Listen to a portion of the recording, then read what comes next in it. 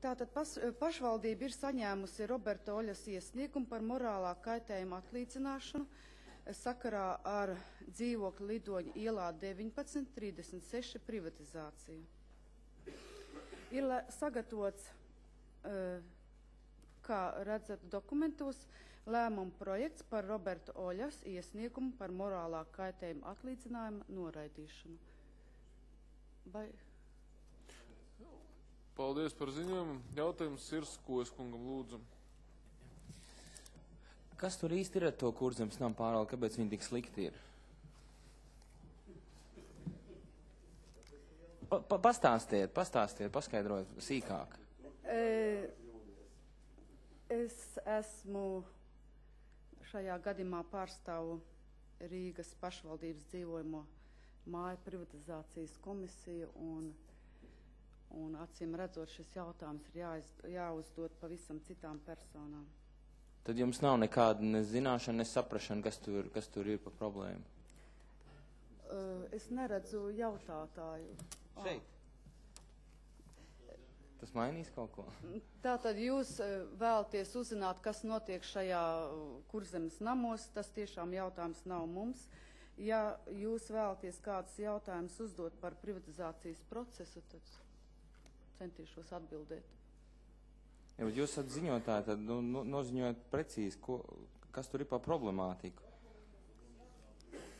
Ja jums vienkārši nav īpaši ko teikt, jūs neesat sagatavosies.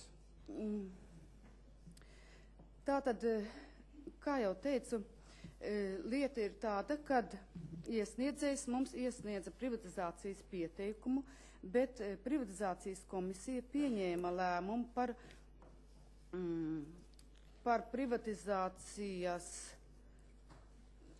par atteikumu nodot dzīvokli 36 Lidoņa ielā 19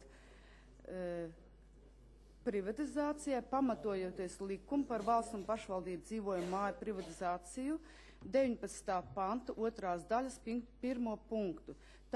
Kurš paredz, ka dzīvokļu īrnieks un viņa ģimenes locekļi var privatizēt īrēto dzīvokli, ja dzīvokļu īrnieks un viņa ģimenes locekļi noslēdz notariāli vai privatizācijas komisijas apliecinātu vienošanos par to, kurš vai kuri no viņiem privatizēs īrēto dzīvokli.